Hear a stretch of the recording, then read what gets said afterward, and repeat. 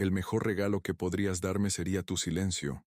Esas palabras, susurradas con la fuerza de un grito por mi propio hijo, aún resuenan en mi mente como el crujido de una viga al romperse. Su fiesta de cumpleaños, que se suponía iba a ser una celebración de la vida que tanto me había esforzado por darle, se convirtió en el tribunal donde me condenaron a la invisibilidad. El estruendo de la música, las risas de sus amigos importantes, todo se convirtió en un zumbido lejano, ahogado por la dolorosa claridad de esas palabras. En ese momento, en el patio de la casa que construí con esas mismas manos, me convertí en una extraña, un fantasma en mi propio legado, un mueble antiguo que ya no encajaba con la decoración moderna y sofisticada de la vida que mi hijo eligió.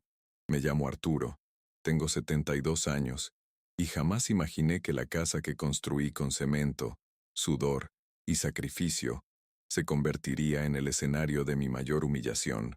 Soy un capataz de construcción jubilado, un hombre que siempre creyó en la solidez de las cosas bien hechas, en la honestidad de una pared a plomo y en la fuerza de una promesa cumplida.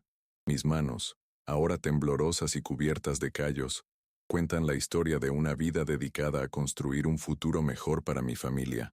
Un futuro que ahora veo se avergüenza de sus cimientos. Cada ladrillo de esta casa en San Miguel de Allende guarda una gota de mi sudor. Cada viga representa una noche de mal dormir. Y ahora, todo esto no parece más que el escenario de un desprecio que no sé cómo merecí. Me siento como una herramienta vieja y desgastada, abandonada en un rincón del jardín, útil solo para tareas pequeñas y esporádicas, como cuidar a mis nietos cuando la niñera no está, o cuando necesitan ayuda económica disimulada para cubrir algún lujo que consideran esencial. Mis opiniones, moldeadas por décadas de experiencia, son descartadas como cosas de viejos, cuentos de una época que ya no les importa. La dignidad, sin embargo, es la única herramienta que me niego a abandonar. Es mi plomada interior, lo único que me mantiene en pie incluso cuando el peso de la ingratitud intenta doblegarme. Pueden ignorarme, pueden menospreciarme, pero no pueden quitarme el valor de mi trabajo ni la integridad de mi historia. Antes de continuar con esta historia, les pido un pequeño favor que significa mucho para mí. Si estas palabras les llegan al corazón, por favor, denle a me gusta.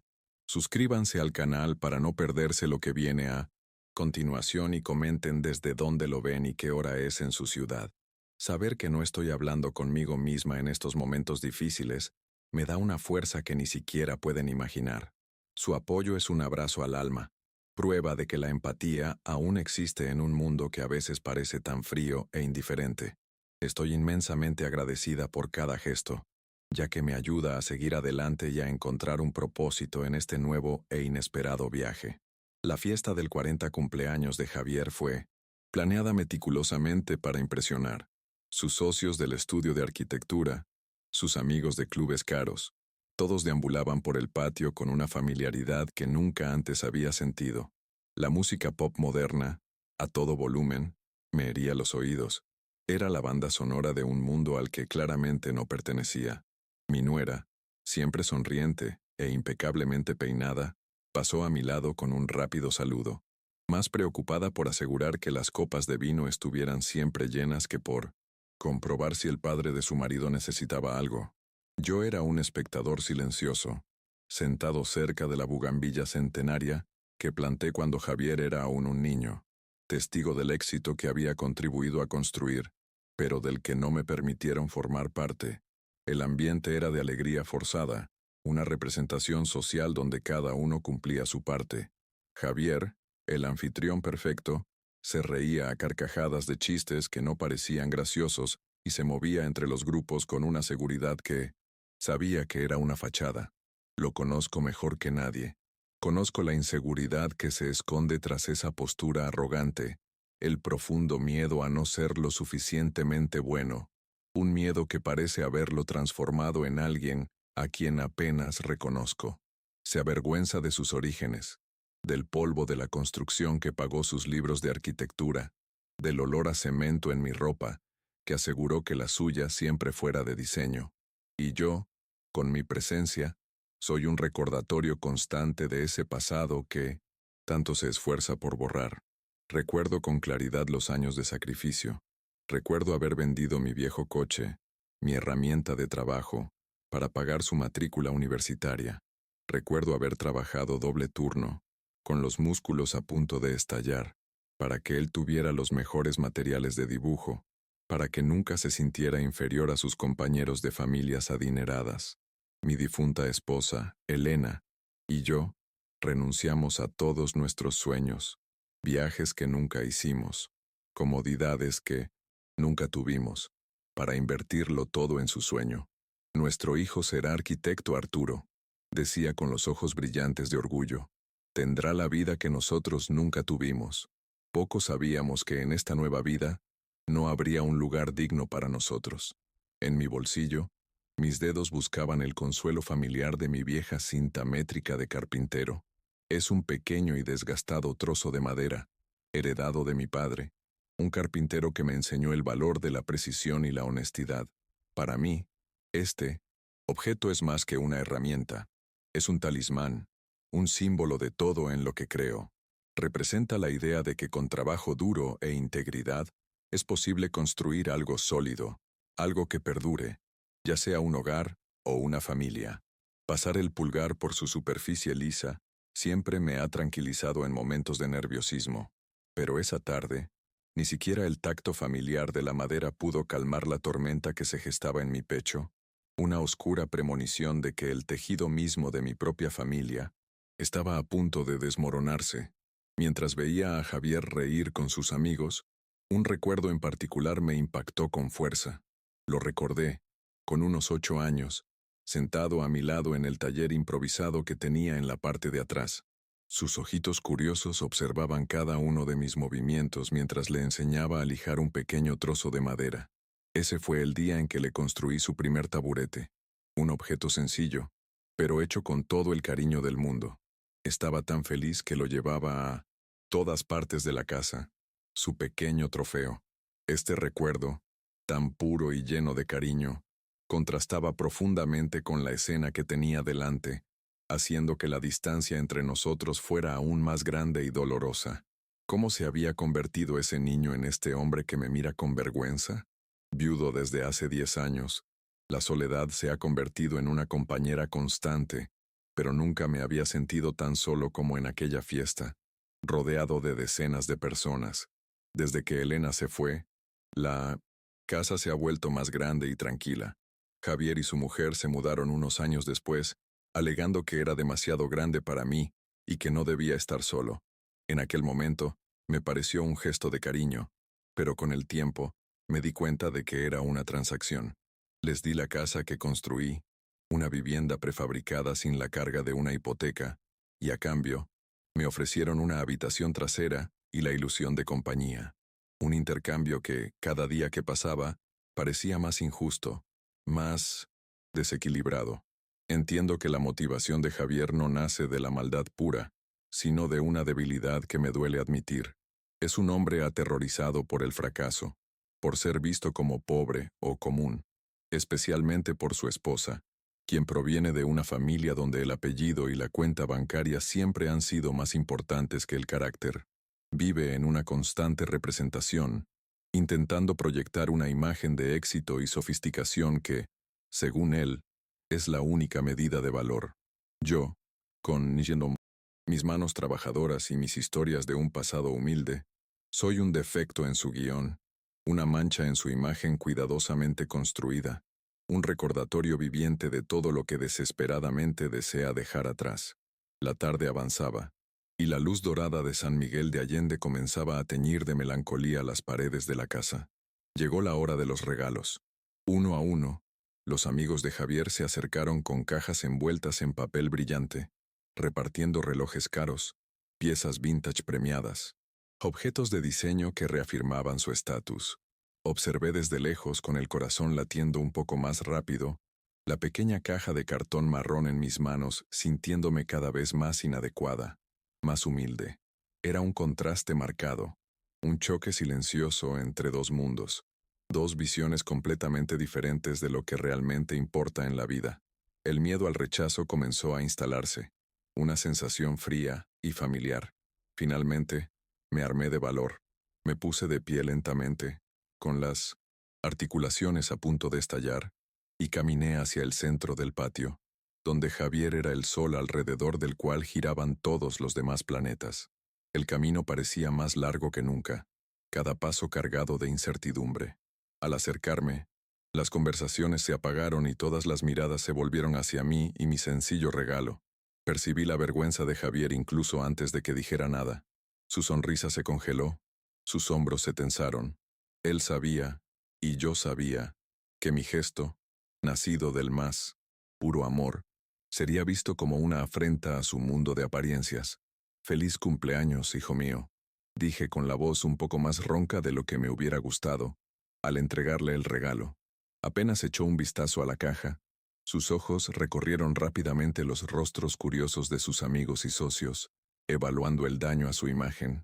«Gracias, papá», murmuró, tomando la caja como si le quemara las manos y dejándola a un lado sobre una mesa entre botellas de whisky importado y cajas de puros cubanos. El gesto era claro. Mi regalo no merecía la misma atención, no pertenecía a ese altar de la sofisticación. Fue un descarte rápido, eficiente y profundamente doloroso. «Ábrela, Javier, la hice para ti», insistí, con una ingenuidad que ahora me avergüenza. Aún albergaba un atisbo de esperanza de que ver el contenido le recordara algo, de que se restableciera una antigua conexión. Bajo presión, abrió la caja a regañadientes, revelando el pequeño banco de madera que con tanto cuidado había tallado las semanas anteriores. Era una réplica exacta del primero que le hice de niño. Cada muesca, cada curva, un intento de recrear una época en la que nuestro amor era sencillo e incondicional. Por un breve instante, creí ver un destello de reconocimiento en sus ojos, un recuerdo lejano intentando aflorar. Pero fue solo un instante. El destello fue rápidamente reemplazado por una oleada de irritación. Estaba visiblemente avergonzado. Su rostro era una máscara de desprecio. El alcohol que corría a raudales en la fiesta parecía quemar la fina capa de respeto que aún le quedaba. Se inclinó hacia mí, y fue entonces cuando pronunció su sentencia. En un susurro alto y penetrante, calculado para que todos a su alrededor pudieran oír y presenciar su superioridad, dijo: «El mejor regalo que podrías darme sería tu silencio. De hecho, el mejor regalo sería que te fueras». La frase quedó suspendida en el aire, ahogando la música, las risas, todo. La humillación fue pública, instantánea y absoluta. Sentí como si el suelo hubiera desaparecido bajo mis pies. El patio, los invitados, la casa que había construido, todo parecía girar y luego congelarse en un silencio ensordecedor. Todos los rostros se volvieron hacia mí, algunos con lástima, otros con fascinación morbosa. En ese momento ya no era Arturo, el padre, el constructor. Solo era un viejo ingenuo, una molestia, una nota discordante en la sinfonía perfecta de la vida de mi hijo. Allí estaba, con el pequeño banco de madera aún en mis manos, ahora pesado como una lápida. El símbolo de un amor rechazado y un vínculo roto quizás para siempre. Javier, sin decir una palabra más, se giró y regresó con sus invitados, forzando una risa e intentando reanudar la fiesta como si nada hubiera pasado. Pero algo fundamental se había roto. El ambiente estaba irremediablemente teñido por la crueldad de lo que acababa de suceder. Nadie sabía qué decir. Yo, por mi parte, no podía moverme. Era como si me hubieran vaciado las piernas, como si me hubieran vaciado el alma. El dolor era tan físico, tan palpable, que me costaba respirar. Era el dolor de darme cuenta de que el hijo al que había dedicado mi vida me veía como una carga de la que anhelaba liberarse. Lentamente, como un hombre que hubiera envejecido décadas en cuestión de segundos, me giré. No miré a nadie. Mi único objetivo era cruzar el patio y llegar a la seguridad de mi pequeña habitación, en la parte trasera de la casa. Cada paso era una batalla contra la vergüenza que me quemaba el rostro. Dejé el taburete de madera sobre la mesa, huérfano entre los regalos caros. No me despedí. No había nada más que decir. Al cerrar la puerta de mi habitación, el clic de la cerradura sonó como el final de un capítulo, el final de una era. El final de mi vida tal como la conocía. Esa noche no pude dormir. Tumbado en la oscuridad, oía los ecos lejanos de la fiesta, las risas que ahora parecían burla. Reviví esa escena una y otra vez en mi mente, cada detalle grabado a fuego en mí. Memoria, las palabras de Javier, la mirada de desprecio, el silencio de los invitados, y en medio de todo este dolor, una nueva sensación comenzó a surgir, tímida al principio, pero luego cobrando fuerza. Era una ira fría y serena, una claridad, la comprensión de que la sumisión y el silencio ya no eran una opción. La humillación había destrozado algo dentro de mí, sí, pero también había forjado algo nuevo, una determinación inquebrantable de recuperar mi dignidad. La decisión se tomó en la quietud de la madrugada, cuando los últimos invitados se habían marchado y la casa finalmente se sumió en un silencio sepulcral. Ya no pertenecería a este lugar. Ya no sería el fantasma tolerado en su banquete. Javier me pidió que me fuera como el mejor regalo que podía hacerle. Y yo, un hombre que siempre había cumplido sus deseos, que lo había sacrificado todo por él, decidí que esta vez le daría exactamente lo que pedía. Sería mi último regalo, un regalo para el que sabía que no estaba preparado y cuyas consecuencias ni siquiera podía imaginar. El patriarca estaba a punto de abandonar el reino que había construido. Antes del amanecer, mientras la casa dormía el pesado letargo del alcohol y la indiferencia, me moví con un silencioso propósito. Preparé una pequeña maleta con solo lo esencial, algo de ropa, los ahorros de toda mi vida, y, por supuesto, mi fiel cinta métrica de carpintero. No dejé una nota de despedida. Mi ausencia sería mi mensaje. Cada acto era deliberado, una silenciosa ceremonia de liberación. Al salir por la puerta trasera, la misma por la que había entrado y salido innumerables veces para ir a trabajar y construir su futuro, sentí el aire fresco de la mañana como un soplo de nueva vida. El cielo comenzaba a iluminarse en el horizonte, prometiendo un nuevo día. Para mí, prometía una nueva vida.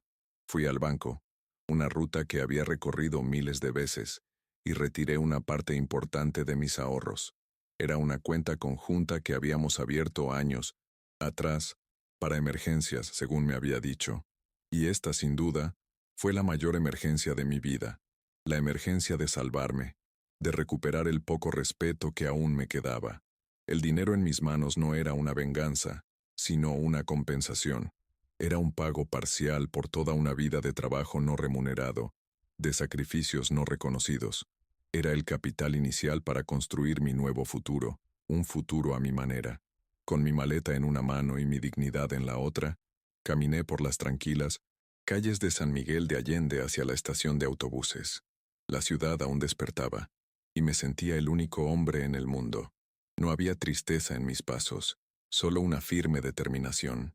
Me dirigía a un pequeño pueblo en la sierra, un lugar donde había trabajado en mi juventud, un lugar que recordaba con cariño, donde la palabra de un hombre aún pesaba más que su cuenta bancaria, donde el valor de una persona se medía por la fuerza de su carácter, no por la marca de su ropa. Al subir los escalones del autobús, no miré atrás. No había nada que ver excepto una casa llena de recuerdos dolorosos y un hijo que se había convertido en un extraño para mí. La puerta del autobús se cerró con un siseo, separándome físicamente de mi pasado. Cuando el vehículo empezó a moverse, saqué mi cinta métrica de madera del bolsillo. Pasé el pulgar por su superficie lisa, no por nerviosismo, sino con una sensación de reafirmación. Estaba volviendo a mis raíces, a mi esencia. Era Arturo, un constructor, y era hora de empezar a construir mi propia vida de nuevo, desde el cimiento más importante de todos, el respeto por uno mismo. El viaje continuó al amanecer, tiñendo el cielo de esperanza y renovación.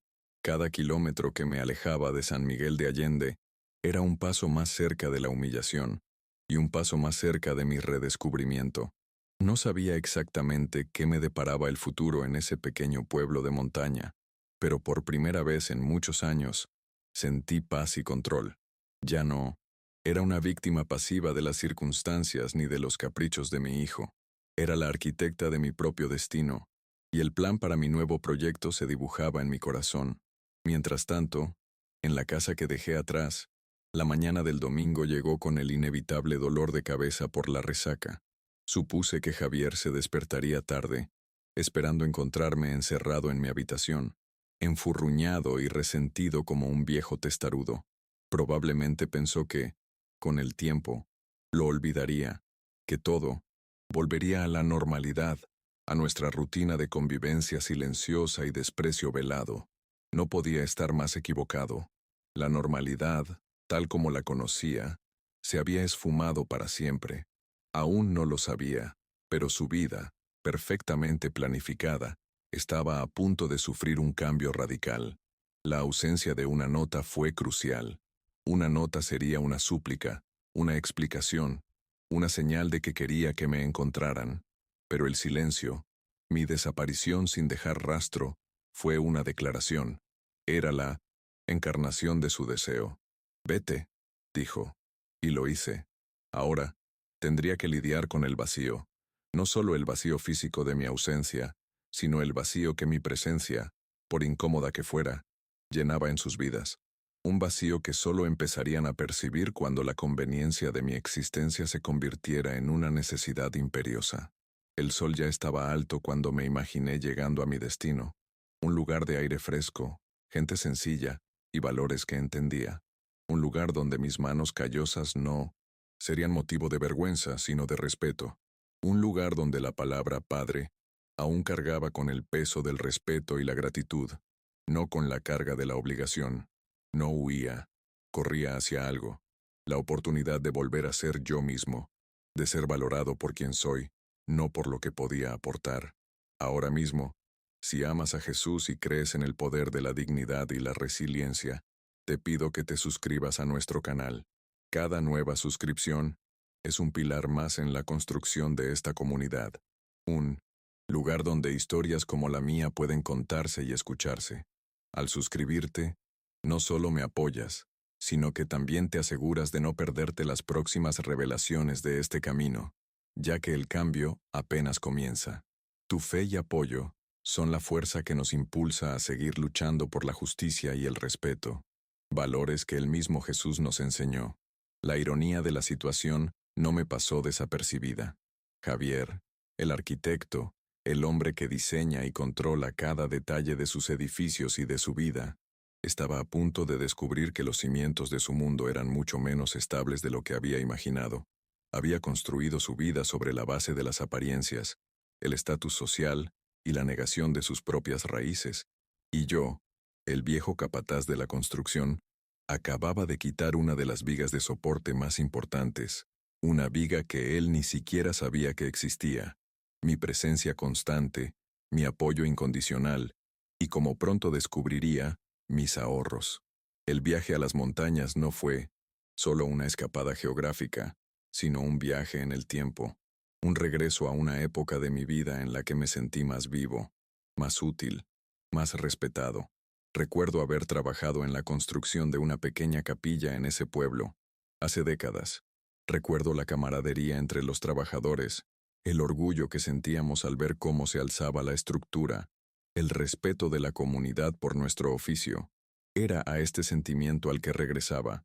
La búsqueda no era de un lugar, sino de un sentimiento, el de pertenecer, de ser valorado. El primer acto de mi antigua vida había terminado con una humillación pública, pero allí, en ese autobús subiendo las montañas, sentí que el primer acto de mi nueva vida apenas comenzaba, y el protagonista de esta nueva historia no sería un anciano triste y abandonado, sino un hombre que, incluso a sus 72 años, se negaba a dejar que otros escribieran su final. Agarré mi cinta métrica de madera y la sujeté con fuerza. Era hora de medir, de cortar lo que ya no servía y de construir algo nuevo, algo propio, algo duradero, algo sólido. El trabajo apenas comenzaba. Llegó la mañana del domingo, no con la tranquilidad que se espera de un día de descanso, sino con un dolor de cabeza punzante y el amargo sabor de los excesos de la noche anterior. Javier bajó las escaleras, quejándose del desorden en la sala, los vasos sucios y las botellas vacías, que atestiguaban su celebración. Su primera irritación del día fue mi ausencia. Esperaba encontrarme en la cocina, con el café ya hecho, lista para servirlo en silencio, como siempre hacía. Pero la cocina estaba vacía, la estufa fría. Su irritación aumentó, pensando que solo estaba armando un escándalo, encerrada en mi habitación para llamar la atención. Nunca consideró ni por un momento que mi ausencia pudiera ser otra cosa que una rabieta infantil. Después de tomar un analgésico, su impaciencia lo llevó a la puerta de mi habitación. Llamó una vez, fuerte.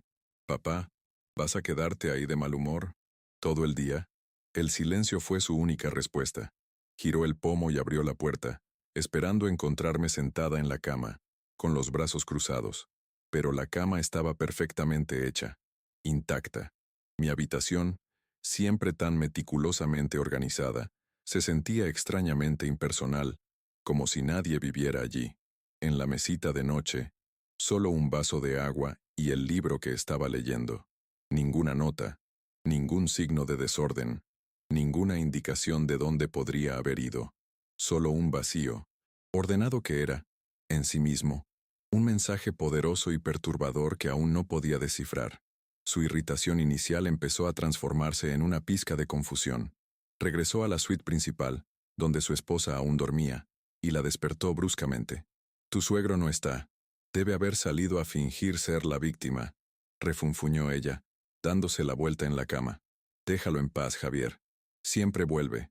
Probablemente fue a casa de su hermana a quejarse de nosotros. Volverá pronto, queriendo que nos disculpemos».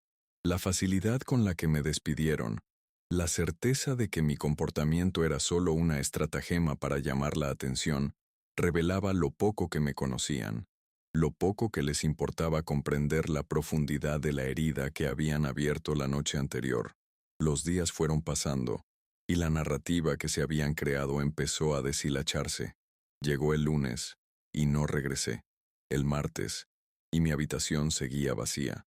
La irritación de Javier empezó a transformarse en preocupación, genuina, pero no por mi bienestar. La preocupación era sobre la logística de sus vidas. ¿Quién recogería a los nietos del colegio el miércoles? ¿Quién arreglaría el grifo que goteaba del baño de invitados? Mi ausencia, que él había anhelado, ahora se manifestaba como una serie de pequeños pero irritantes inconvenientes. Se dio cuenta de que mi silenciosa presencia era, de hecho, el aceite que mantenía funcionando a la perfección los engranajes de su vida perfectamente planificada. El verdadero pánico, sin embargo, no lo desencadenó mi ausencia física, sino la financiera. El viernes, llegó una factura inesperada de la tarjeta de crédito, fruto de los excesos de la fiesta. Javier, con confianza, accedió a la aplicación del banco para transferir dinero de la cuenta de ahorros que manteníamos juntos, la cuenta que él llamaba nuestro fondo de emergencia, pero que en realidad estaba financiada casi exclusivamente por mi pensión y los ahorros de toda la vida. Fue entonces cuando la vio. El saldo, que debería haber sido sólido y reconfortante, se redujo drásticamente. El extracto mostraba una retirada considerable, realizada en el cajero automático de la estación de autobuses, la madrugada del domingo.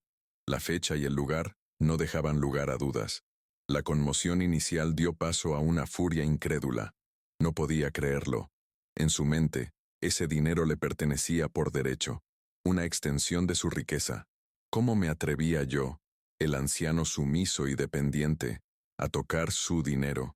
Caminaba, de un lado a otro por la habitación, teléfono en mano, explicándole a su esposa con indignación. «Nos robó. El viejo nos robó el dinero y huyó». La palabra «robó» salió de su boca con una convicción aterradora. Nunca había considerado que ese dinero fuera mío, fruto de décadas de duro trabajo, el sudor que ahora despreciaba. La traición que sentía no se debía al abandono, sino a la pérdida de control sobre un recurso que consideraba suyo. Fue en ese momento de desesperación financiera que la fachada de arquitecto exitoso comenzó a resquebrajarse, revelando la frágil realidad subyacente. Vivían por encima de sus posibilidades, manteniendo un estilo de vida costoso para impresionar a un círculo social que los juzgaría a la menor señal de debilidad. Mi pensión y mis ahorros eran la silenciosa red de seguridad que permitía esta extravagancia. No solo dependían de mí, sino que contaban con mi riqueza para financiar su fachada. Mi partida no fue solo una crisis familiar, fue una catástrofe financiera inminente. Su búsqueda, que hasta entonces había sido una posibilidad reticente, se convirtió en una necesidad urgente, una búsqueda desesperada impulsada no por el amor ni el remordimiento, sino por una desesperación fría y calculadora. Mientras tanto, a cientos de kilómetros de distancia, respiraba el aire puro de la montaña.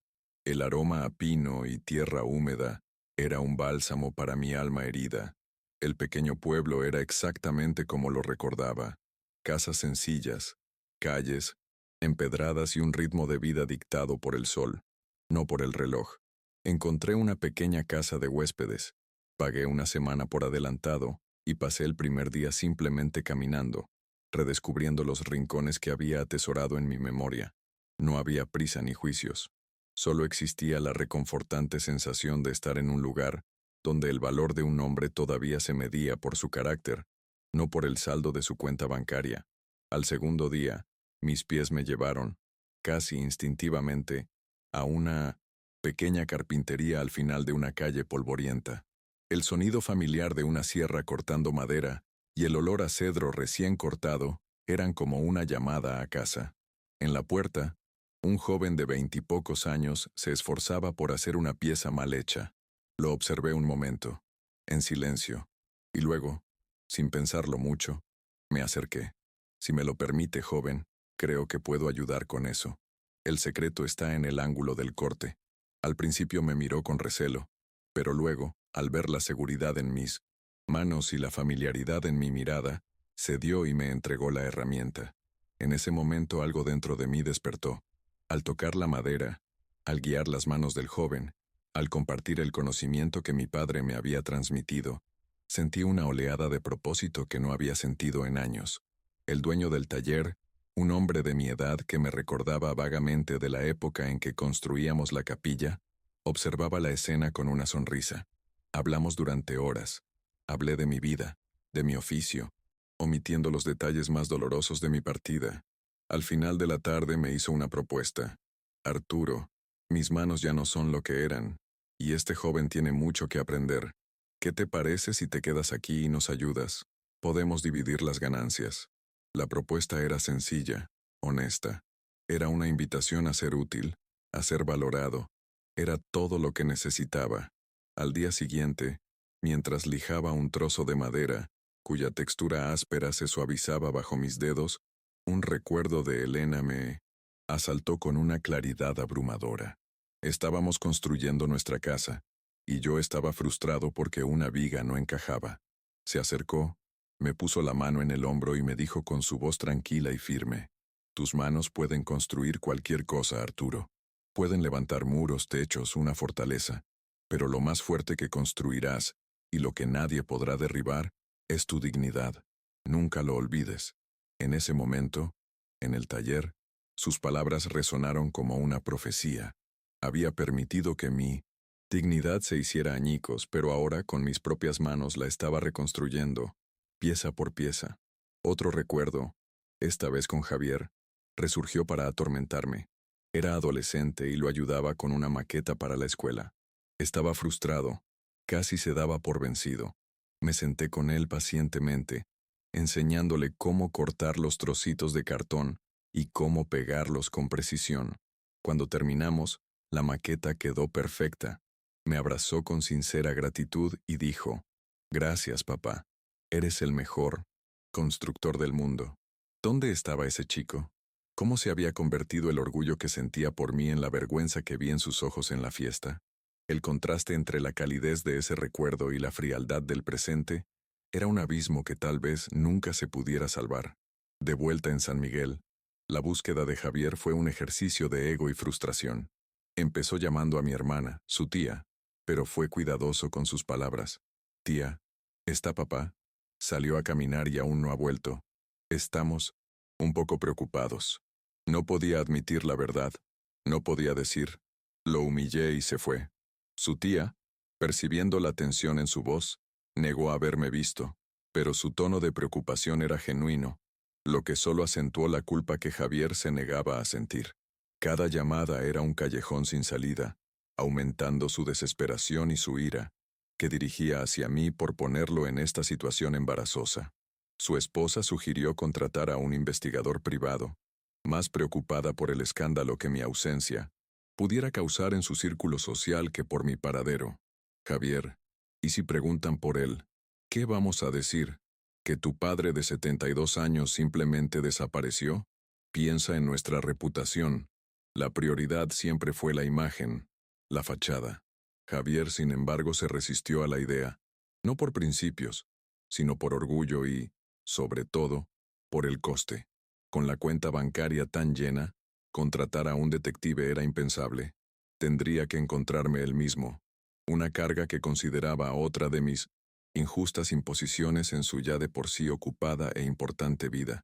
Fue a través de una conversación con un vecino mayor, con quien a menudo hablaba de jardinería, que Javier obtuvo su primera pista. Arturo siempre hablaba con cariño de un pueblo en la montaña donde trabajó de joven, dijo el vecino. Decía que la gente de allí seguía siendo real. La información era vaga, pero era un comienzo. Javier sintió una mezcla de alivio y desprecio.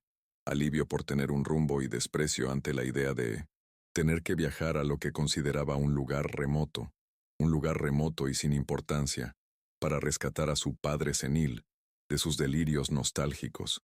El viaje sería para él un descenso al infierno rural que tanto le había costado dejar atrás. El viaje en su lujoso coche por las sinuosas carreteras de montaña fue un marcado contraste. El aire acondicionado lo aislaba del calor, y la música clásica que escuchaba intentaba acallar su creciente irritación. Cada kilómetro lo alejaba de su mundo, de hormigón, cristal y sofisticación, y lo sumergía en un paisaje de tierra, árboles y sencillez. Para él, era como viajar a otro planeta. Se sentía superior a todo, un embajador de la civilización en una tierra de bárbaros. Su objetivo no era entender por qué había elegido ese lugar, sino sacarme de allí lo antes posible y devolverme a donde, en su opinión, pertenecía, bajo su control. Mientras tanto, mi vida en el pueblo se asentaba en una rutina gratificante. Las mañanas en el taller, el olor a madera, el sonido de las herramientas, almuerzos sencillos con mi nuevo compañero y el joven aprendiz, tardes enseñando los secretos del oficio, noches leyendo en el porche de la pensión. Reía de nuevo, una risa genuina que salía de lo más profundo. Los lugareños empezaron a saludarme por la calle, llamándome Maestro Arturo. Estaba recuperando no solo mi dignidad, sino también mi identidad. Ya no era el padre de Javier, una figura secundaria en la historia de alguien más. Era Arturo, el maestro de obras, un hombre con un oficio, con conocimientos que compartir, con un lugar en el mundo. A los pocos días, llegué a un acuerdo con el dueño del taller. Con parte del dinero recaudado, compré una pequeña participación en el negocio. No fue una obra de caridad por su parte, ni un capricho mío. Fue una inversión. Vi potencial en el joven aprendiz, la posibilidad de expandirse, de fabricar muebles de calidad para vender en ciudades más grandes. Por primera vez en años, pensaba en el futuro. Hacía planes. Construía algo para mí. El dinero que Javier consideraba robado se estaba utilizando para construir los cimientos de mi nueva vida. Una inversión en mi propia felicidad e independencia. La búsqueda de Javier finalmente lo llevó al pueblo. Llegó en su coche importado, levantando polvo y atrayendo las miradas curiosas de los lugareños. Salió, ajustándose su traje caro, con aspecto completamente fuera de lugar, un hombre de ciudad perdido en un mundo que no entendía. Preguntó, por mí en un tono que mezclaba autoridad y desdén, y un chico, señalándolo con el dedo, lo dirigió al taller al final de la calle. Caminaba con paso firme, con la ira y la certeza de su misión escritas en el rostro. Había venido a rescatarme, a regañarme y a restaurar el orden en su mundo. Al llegar a la puerta del taller, se detuvo. La escena que vio no fue la que esperaba. No encontró a un anciano triste, confundido y abandonado, consumiéndose en un rincón. En cambio, me vio a mí en el centro del espacio, con las mangas de la camisa arremangadas, cubierto de serrín, enseñándole al joven aprendiz cómo hacer una prueba perfecta. Sonreía, con un brillo en los ojos que no había visto en años, quizás décadas. No parecía perdido, parecía encontrado. No parecía débil, parecía más fuerte que nunca. La imagen desarmó por completo su narrativa, invirtiendo al instante la dinámica de poder que esperaba imponer. Lo vi de pie en la puerta, una silueta oscura contra la luz de la tarde. Mi sonrisa no se desvaneció. Simplemente asentí en un tranquilo reconocimiento y seguí guiando las manos del joven. Javier entró. El sonido de sus costosos zapatos era extraño en el suelo de tierra del taller. Miró a su alrededor con evidente disgusto. Las herramientas, el polvo, la simplicidad del conjunto. No podía conciliar la imagen de su padre, el fracaso, con la del hombre respetado y vibrante que tenía ante sí. Esperó a que me detuviera, a que corriera hacia él, quizás llorando de arrepentimiento, pero continué mi trabajo, obligándolo a esperar, a entrar en mi tiempo, en mi espacio. Finalmente, cuando me quedó perfecto, me limpié las manos con un paño y me giré para mirarlo. Javier, dije con voz tranquila y firme, ¿qué te trae a un lugar tan humilde como este? El sarcasmo fue sutil pero mordaz.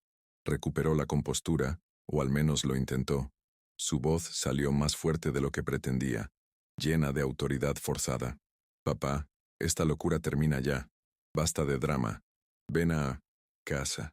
Te necesitamos. Las palabras te necesitamos quedaron flotando en el aire. No era te extrañamos, ni estamos preocupados por ti. Era una declaración de necesidad, una admisión de que yo era un recurso, una pieza funcional en su vida que necesitaba volver a su lugar. Intentó discutir. Su voz oscilaba entre la ira y la súplica desesperada. Habló de las preocupaciones de la familia, del lío que yo estaba causando, del dinero. Intentó hacerme sentir culpable, irresponsable, senil. ¿Cómo pudiste hacer esto, papá? ¿Tomar el dinero y desaparecer? ¿Qué te pasa? Escuché en silencio, dejándolo vaciar todo su repertorio de acusaciones y manipulaciones. Dejé que revelara, sin filtros, la verdadera naturaleza de su carácter. Un hombre consumido por el egoísmo, incapaz de ver el dolor que había causado, ciego a cualquier perspectiva que no fuera la suya. Fue entonces cuando, lentamente, metí la mano en el bolsillo y saqué mi vieja cinta métrica de carpintero. No la abrí, simplemente la sostuve en la mano extendiéndola ligeramente hacia él en un gesto simbólico. El objeto, que representaba toda mi vida, mi historia y mis valores, se interponía entre nosotros.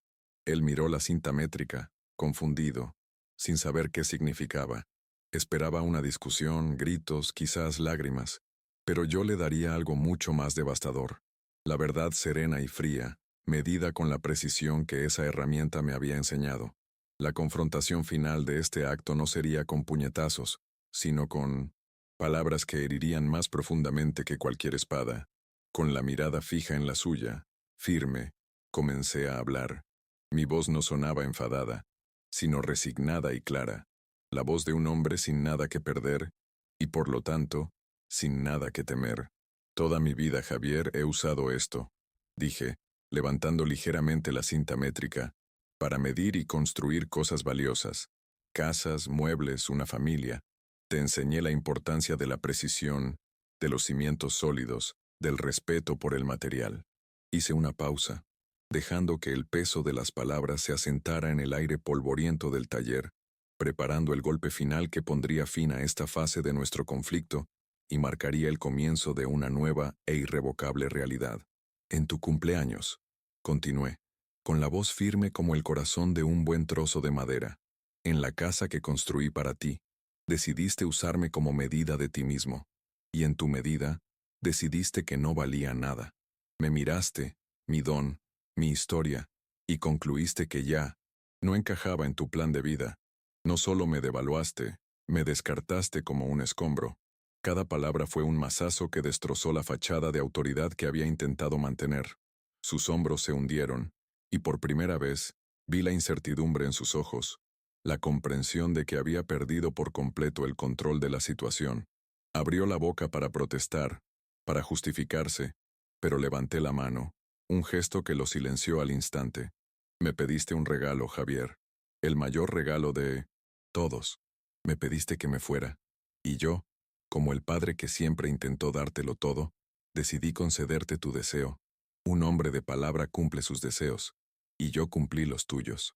La lógica era impecable, cautivadora. No actuaba por capricho, simplemente seguía sus instrucciones directas. Usé su propia crueldad como justificación, transformando su acto de desprecio en mi carta de libertad, que lo dejó sin argumentos, sin fundamento.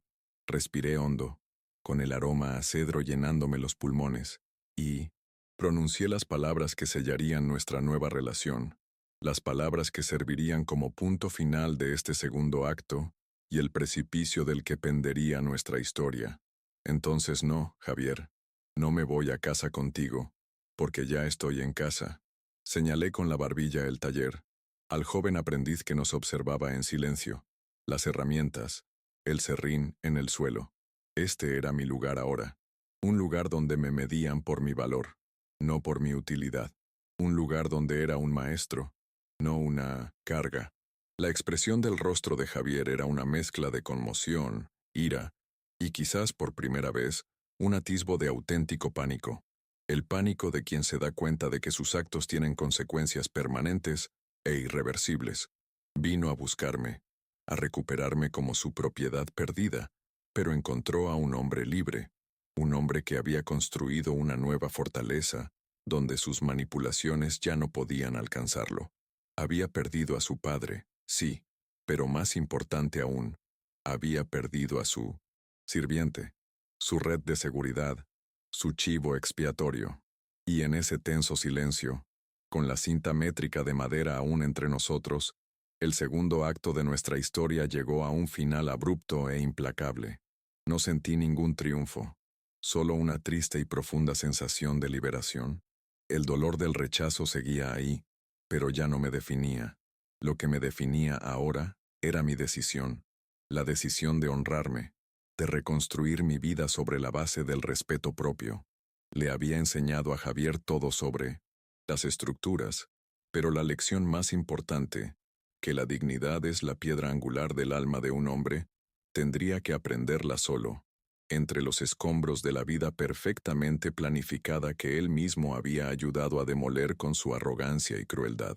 Anochecía afuera, y la luz que se filtraba por la puerta del taller era larga y dorada. Javier se quedó allí, sin palabras, el arquitecto exitoso transformado en un niño perdido, incapaz de procesar su nueva realidad. Me giré, dándole la espalda, y regresé al banco de trabajo. Tomé un trozo de lija y reanudé mi trabajo.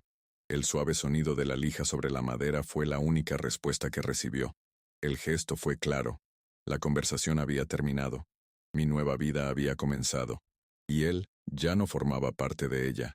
La humillación que sentí en su fiesta de cumpleaños había sido la muerte de una versión de mí misma.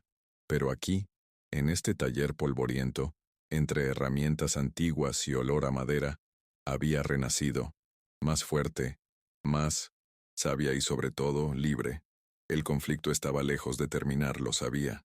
Pero ahora, la batalla se libraría en mi territorio, según mis reglas, medida con mi cinta métrica, y ya no estaba dispuesta a ceder ni un ápice de mi recién recuperada dignidad. El joven aprendiz se me acercó con vacilación. ¿Todo bien, maestro Arturo? Le puse la mano en el hombro y sonreí, con una sonrisa sincera y cansada. Todo está perfecto, muchacho. Ahora, manos a la obra. Tenemos mucho que construir. Y con Vindoze, Javier aún paralizado en la puerta, testigo impotente de su propia derrota, nos pusimos manos a la obra de nuevo, el sonido de la creación ahogando el silencio de la destrucción que había dejado atrás. La escalada del conflicto había llegado a su punto álgido, y ahora solo quedaba la inevitable e impredecible avalancha de sus consecuencias. El escenario estaba listo para el clímax. Javier, despojado de su poder y certeza, y yo, arraigado en mi recién encontrado propósito y dignidad. La pregunta ya no era si yo regresaría a casa, sino cómo él afrontaría la desaparición del hogar que conocía y del padre que despreciaba. El cambio radical del patriarca era total. Lo que seguiría sería la dolorosa pero necesaria reconstrucción de las ruinas que él mismo había creado. La tensión estaba en su punto álgido, la indignación del espectador, total. El segundo acto estaba sellado. Javier se quedó paralizado en la puerta, durante lo que pareció una eternidad, el arquitecto de una vida exitosa ahora, contemplando las ruinas de su propio carácter. Finalmente, se dio la vuelta y se alejó, no con la ira que sintió al llegar, sino con los hombros hundidos de un hombre inequívocamente derrotado. El sonido del motor de su lujoso coche al arrancar era un ruido extraño y violento en ese lugar apacible, el sonido de un mundo que se retiraba, dejando el mío intacto. Verlo partir no me trajo la alegría de la victoria, sino el peso agotador de una batalla librada y ganada a un precio terrible.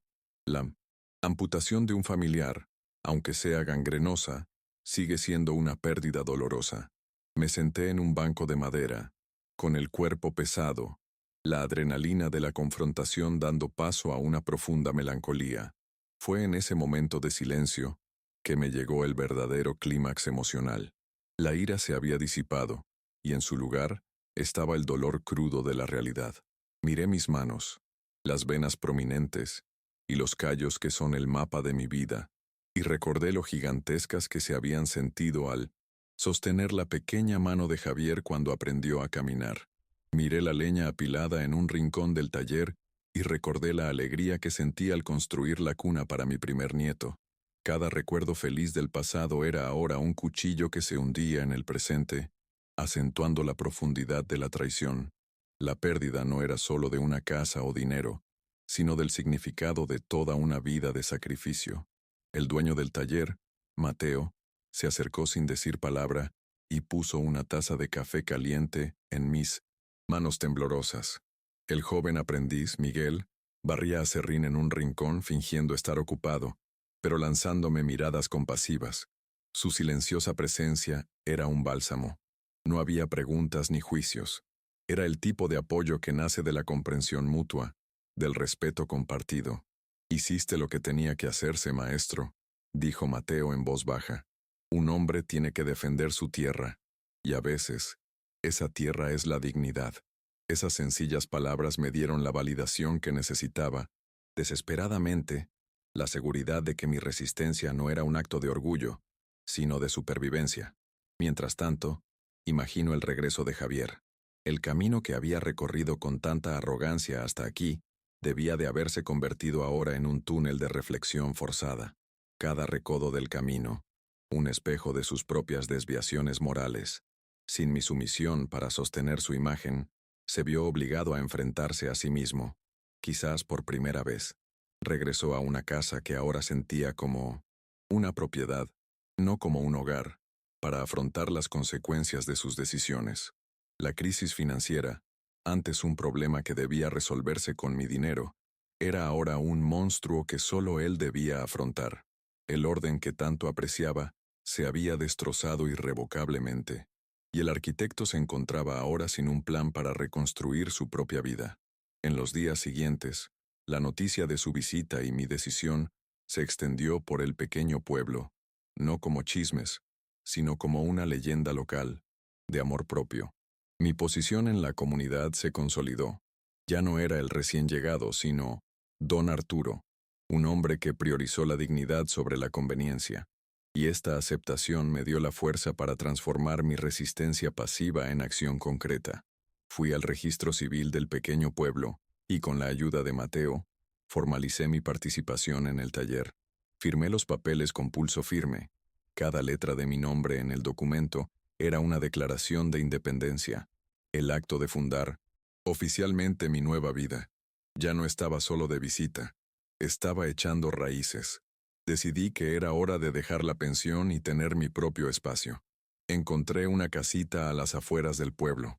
Era humilde, mucho más pequeña que la habitación que había ocupado en casa de Javier, pero era toda mía.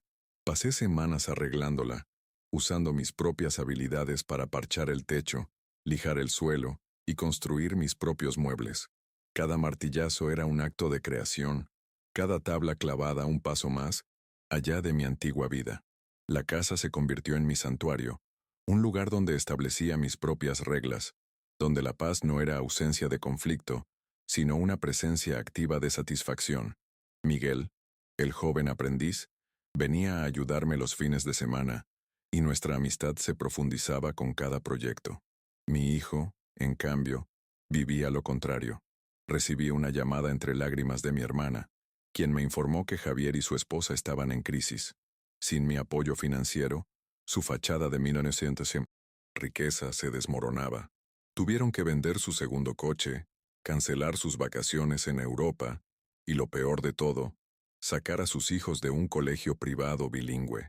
La esposa de Javier, incapaz de afrontar la caída de su nivel de vida, lo culpaba sin cesar. La casa que yo había construido, antes escenario de fiestas sofisticadas, se había convertido en un campo de batalla de acusaciones y resentimiento. Él había destruido la paz de su hogar en el momento en que me echó. En una de mis conversaciones con Mateo, expresé un temor que aún me atormentaba, que Javier, en su desesperación, intentara alguna maniobra legal para obligarme a regresar o para apoderarse de mi dinero, quizás alegando que estaba senil. El lenguaje de Javier siempre fue de transacción, de control. Tenemos que estar preparados, Arturo, dijo Mateo con la sabiduría práctica de los compatriotas. La mejor defensa no es un muro alto, sino una base sólida. Y su base es la verdad y el apoyo de la comunidad. Sus palabras eran reconfortantes, pero la semilla de la preocupación ya estaba plantada. Un nuevo frente de batalla, más peligroso y traicionero, podría estar formándose. Esta inquietud me impulsó a dar otro paso hacia la autonomía. Empecé a usar mis habilidades para ayudar a la comunidad con pequeñas cosas. Reparé los bancos del parque, ajusté la puerta de la iglesia que llevaba años crujiendo y construí estanterías para la pequeña biblioteca local. No pedí nada a cambio, pero recibí muchísimo. La gratitud de la gente, el pan casero que me dejaban en la puerta, las invitaciones a cenar. Estaba tejiendo una nueva red de relaciones, una familia elegida, basada en el respeto mutuo y la ayuda mutua. Esta red era mi verdadera seguridad, una fortaleza humana mucho más fuerte que cualquier contrato legal o cuenta bancaria. La resolución parcial de mi historia no fue una reconciliación, sino una reafirmación. La satisfacción vino de encontrar un nuevo propósito, de demostrarme a mí misma que mi valor no dependía de la aprobación de mi hijo. Había recuperado el respeto por mí misma, y esa fue una victoria invaluable. La historia podría haber terminado ahí, con un viejo carpintero encontrando la paz en un pequeño pueblo de montaña, pero el mundo de Javier seguía desmoronándose, y un animal acorralado siempre es el más peligroso. La paz se construye a diario, y sabía que la mía aún necesitaría ser defendida de las tormentas que venían de mi pasado. La tensión renovada llegó en forma de una carta oficial, entregada por un mensajero. Era una notificación de un bufete de abogados de una gran ciudad. Javier había iniciado un proceso legal, solicitando una evaluación de mi capacidad mental y la tutela de mis bienes. Las palabras eran frías y técnicas, pero la intención era brutal. Quería declararme incompetente, tomar el control de mi dinero y quizás internarme en una institución. Fue su contraataque, un intento desesperado por recuperar el control, convirtiendo nuestra tragedia familiar en un caso clínico, una disputa legal. La humillación que me infligió en la fiesta ahora estaba siendo elevada a un nivel oficial y público. Mi primer instinto fue el miedo. La idea de ser sometida a exámenes humillantes, de que desconocidos cuestionaran mi mente y mis recuerdos, era aterradora. Por un instante, la imagen del anciano frágil y confundido que él quería que fuera, me amenazó con hacerse realidad. Pero entonces, la esperanza llegó de forma inesperada. Mateo, al ver la carta en mis manos, no mostró pánico. Llamó. «Tenemos un amigo en el pueblo de al lado», dijo con calma. «Un buen abogado, un hombre honesto que no se deja intimidar por los tiburones de la capital. Viene mañana». La existencia de esta red de apoyo, la disposición de mis nuevos amigos a defenderme, fue el soplo de aire fresco que necesitaba. Al día siguiente, el abogado, un hombre de mediana edad con un firme apretón de manos y una mirada perspicaz, se sentó a la mesa de mi cocina. Le conté toda la historia, desde los sacrificios hasta la humillación en la fiesta y el enfrentamiento en el taller. Escuchó pacientemente, revisó la notificación y luego me miró. Don Arturo, dijo, su hijo cometió un grave error. Lo subestimó. La ley protege la dignidad del hombre, y lo que él hace no es protección, sino coerción. Me explicó mis derechos, los pasos que daríamos, la solidez de mi caso. Salí de esa reunión sin miedo, sino con una fría determinación. La batalla se libraría ahora en un nuevo terreno, pero no estaría luchando solo. La resolución, por lo tanto, no fue el final de la historia, sino el comienzo de un nuevo capítulo, un capítulo sobre la justicia. El resultado inmediato fue mi paz encontrada, mi vida reconstruida. Esto me proporcionó satisfacción.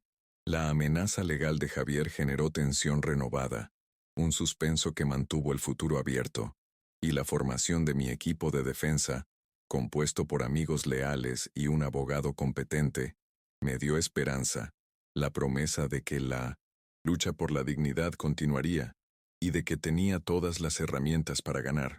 Fue el equilibrio perfecto entre la paz alcanzada y la guerra declarada. Esa noche, me senté en el porche de mi casita. El cielo montañoso, increíblemente estrellado, se extendía sobre mí. El aire era fresco, y los únicos sonidos eran los de los grillos y el susurro del viento entre los árboles. Sostenía mi vieja cinta métrica de madera en el bolsillo. Su tacto me resultaba familiar y firme. Ya no sentía la angustia que me había consumido durante tanto tiempo. En su lugar, una calma inquebrantable. La felicidad, comprendí, no es la ausencia de problemas, sino la confianza en que uno tiene la fuerza y el apoyo para afrontarlos. Había construido una nueva vida, y ahora la defendería con todas mis fuerzas. El viaje de Javier lo obligaría a afrontar las consecuencias de su superficialidad, pero su perdón, si alguna vez llegaba, tendría que ganárselo, no asumido. Mi vida ya no giraba en torno a él. Establecí nuevas condiciones, nuevos límites, basados en el respeto que ahora exigía no solo de los demás, sino de mí mismo. La lección era clara. Nunca es tarde para derribar una vida construida sobre cimientos erróneos y empezar a construir una nueva, basada en la sólida roca del respeto propio. Y esa era una estructura que nadie, ni siquiera mi propio hijo con todos sus abogados, podía derribar. La dignidad, en efecto, es la última posesión que un hombre puede perder, y es su derecho y deber defenderla a cualquier precio. El verdadero valor de una persona no reside en su utilidad para los demás, sino en su historia, su carácter, su inquebrantable capacidad de reconstruirse. Miré las luces lejanas del pueblo, a mis vecinos, a mis amigos, a mi nueva comunidad. No estaba solo. La batalla legal sería difícil, pero estaba listo. Que Javier viniera con sus papeles y sus argumentos. Lo esperaría con las manos callosas, la conciencia tranquila y la certeza de estar exactamente donde debía estar, en casa.